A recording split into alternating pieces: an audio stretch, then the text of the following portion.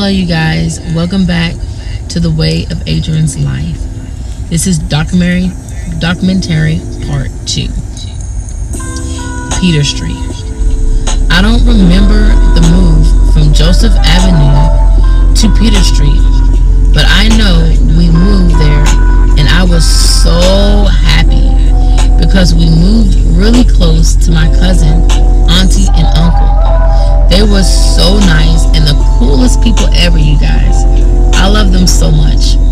I love going to the tracks with my mom, my cousin, my brother, and me. Actually, we went there to ride our bikes.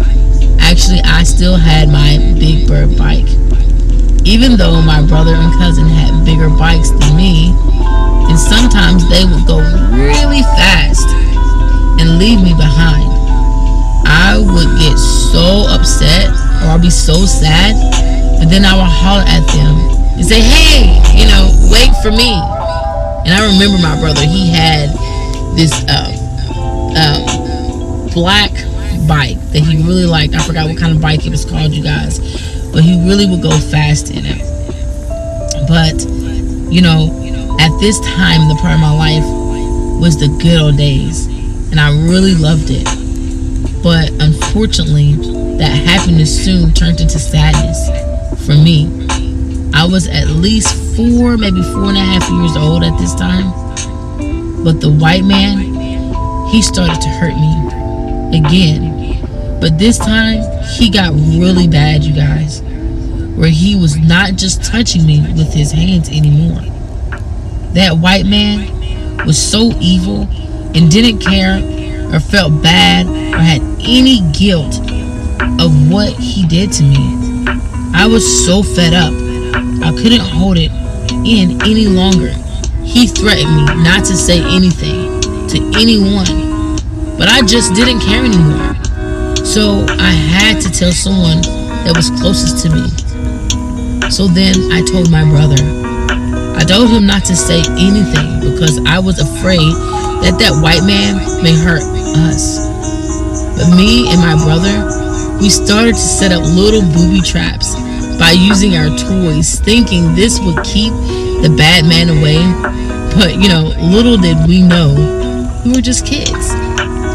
But to keep my mind off of things, I would go to my cousin's house and spend the night. The only thing I didn't like was that big clown that was on her ceiling at night. I would cover my face, you guys, because I was so terrified of it. At this time, you guys know that movie, the Killer Clown movie, was out. So that's why I was so terrified of clowns. But other than that, going to my cousin's was an escape place for me. It was my safety place. So one day, my mom went to the store. She went somewhere, you guys. But this is when we were still living on Peter Street. But we were left with the white man at this time. But at this time, she didn't have any clue that I know of what was going on. So this day, the white man really hurt me. Did things that you would do with a grown woman. I said, please stop. You're hurting me. My small and fragile body was in a lot of pain. He just kept on trying. I said, stop. He got mad and stopped. And I remembered it so clearly like it was yesterday. That white man cleaned me off with that brown, nasty Listerine. I really wanted my mom, so I waited, and she finally came home. I didn't say a mumbling word, but I know I had to pee. I was holding it in because I knew I was in pain, but I had to go. And I remember screaming and crying that I couldn't pee. Then my mom knew something was wrong. So she left the bathroom, slowly pulled my brother to the side, and he was so brave, you guys. So brave. He told her what that white man did to me. She immediately took me to the doctor, or to the ER. And I remember being put on the table, and these bright flashing lights were on me, and they were poking me with this stick with cotton balls on it. You guys, it hurt so bad. And I also remember putting my clothes in this big clear bag. And I remember that the doctors told my mom that I had been molested. Then I remember some people coming in a room and asking me all kinds of questions. And I vividly remember I was nervous and I was scared. And I was also feeling embarrassed. I thought that I did something wrong. But at the same time, we finally got to go home.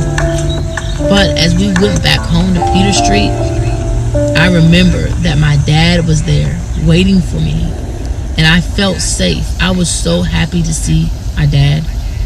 I remember that my mom started to cry. She was upset. Then we all went into the house on Peter Street where we lived. And I think it was maybe a big knife or something that she had in her hand. A machete or something, but I know it was big at the time in my eyes. And they was making sure that that bad white man was not in the house. But he already left.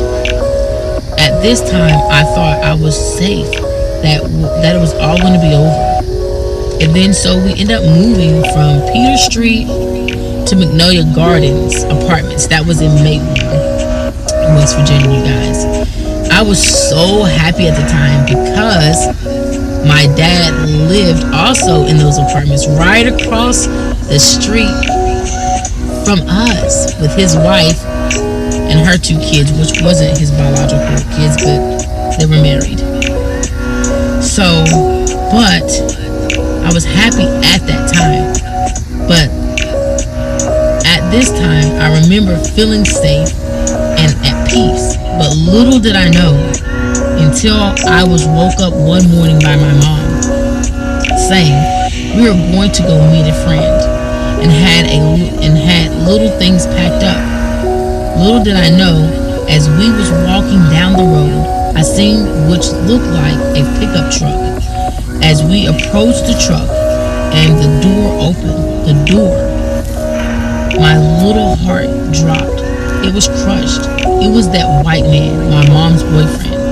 I was confused. I didn't understand why.